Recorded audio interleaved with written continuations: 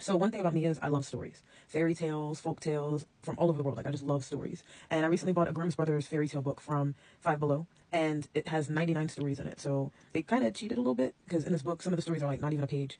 But I wanted to tell you about this one story that I cannot get out of my head because it was just so wild. So basically, this guy has a son, and the son's like an adult, but it's just been him and the son. He's been taking care of the son, and he just feels horrible because he, like, I guess money wise, it's not working out, and he can't provide for the son anymore. So he goes to the son like, "I'm so sorry, I can't provide for you. I feel so bad." And the son's like, "Yo, dad, like I'm grown. I feel bad that I'm a burden on you, and I'm gonna head out into the world and like make something of myself." So the son leaves, and he becomes a soldier. And this is back in those days where like the kings went out to war too, and the son is out at war with the king, like not directly with the king, but like in his orbit, I guess. And the son is all the guys in the immediate area of the son, like his, I'll just say battalion. I don't know military things. They get attacked, and a lot of them get unalived. And there's a couple of them left, and a couple of them with the son want to bounce. And the son's like, "Nah, nah, nah, nah, nah. We came here to fight this war. We're trying to save our country, protect the king, all the stuff we're here to do. We're going to go do this." So they actually go and they keep fighting, and they win. And the king is like, "I heard they were trying to leave, and you stayed in there." And he's like, "Yeah, I might have, yeah, a little bit." And the king was like, "You're now my right-hand man because I trust you, and you're amazing." Like, he probably didn't say amazing, but he was like, "Yeah, that was real dope." That's what he said.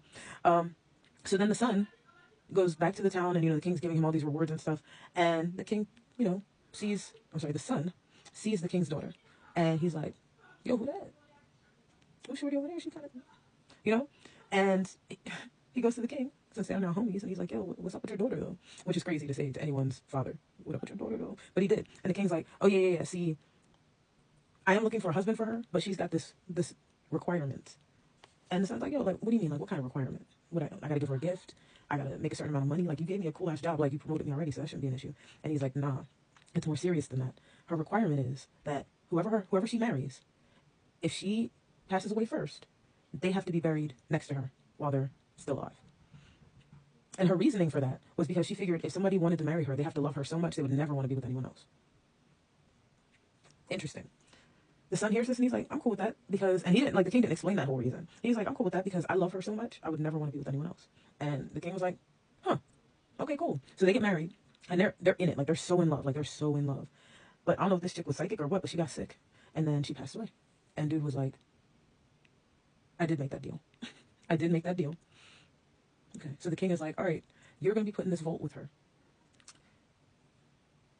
So they put him in the vault, and they have guards standing at the door. And inside the vault, they have a table and a chair. He's got wine, he's got bread, and I think he had cheese. I don't know. I might be just making the cheese part up. I feel like he should have had three things. I don't know. And he's just got to sit there. So basically, the idea was he had the bread, the wine, and I'm guessing the cheese. I'm gonna say it was a fancy cheese too, because he was the king's right hand man. And as long as that lasts, he'll be able to stay alive. Once it goes away, the idea is that he'll starve. So he's starting to just take like a sip of wine a day, a little crumb of bread. Like he's trying to stretch it out because even though he knows this is what it is, it doesn't. He's not trying to rush it either. So as he's sitting in there in this vault, a snake gets in there. And he's watching the snake, because what else is he going to do? There's no TV back then. But he's watching the snake, and the snake is going towards his wife. And he's like, "Oh, no, you ain't." And he took his sword, and he cut it 3 times into 3 pieces. Because it was getting close to his wife, he wasn't having that. He's protecting her, even though, her current situation is what it is. So then another snake comes in, and I'm like, "Y'all need an exterminator. Or you need to watch these snakes to see how they got out, because maybe you can get out." That was my thinking. But instead, the other snake comes in, sees his homie, and was like, "Oh, that's crazy," leaves. But then that snake comes back with 3 leaves. And he puts one on each part of his homie. The homie fuses back together, and they both leave. And the leaves are still there. So the son grabs the leaves, and he's like, let me try this." So he put one on each of his wife's eyes and one on her mouth, and she wakes up.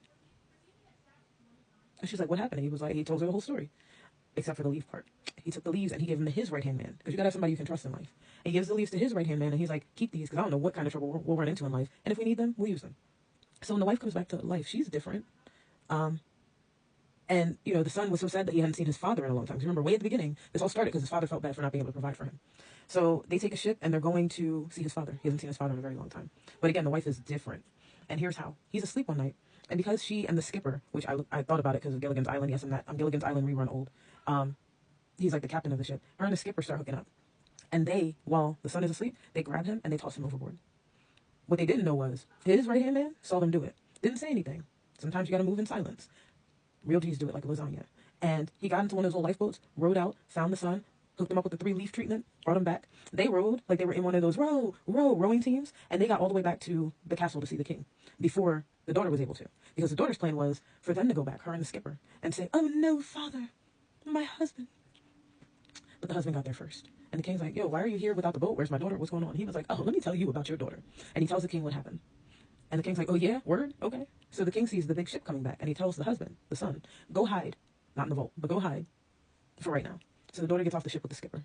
Father's like, daughter, how are you? Where's your husband? You know, who's this dude? And she's like, oh, father, my husband fell ill and he passed away. He's no longer with us. And this man here is the skipper of the ship and he helped me through this terrible time. And their plan was that she was going to do all this and that her father, the king, was going to let her marry the skipper. Well, the king's like, well, I'm about to bring your husband back to life. And he signals for the sun to come out. The sun comes out and she's like, oh. And you know, when you're caught, like that was her face, like, oh, schnitzel, right?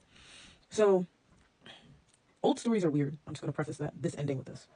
The decision was made, and I don't know whether, it's not clear whether the daughter/wife knew this or not, but basically they sent her and the skipper back out to sea with holes in the ship, so the ship would just sink. Now, I don't know if she knew that was the punishment, because that's wild, or what, but that's how the story ended.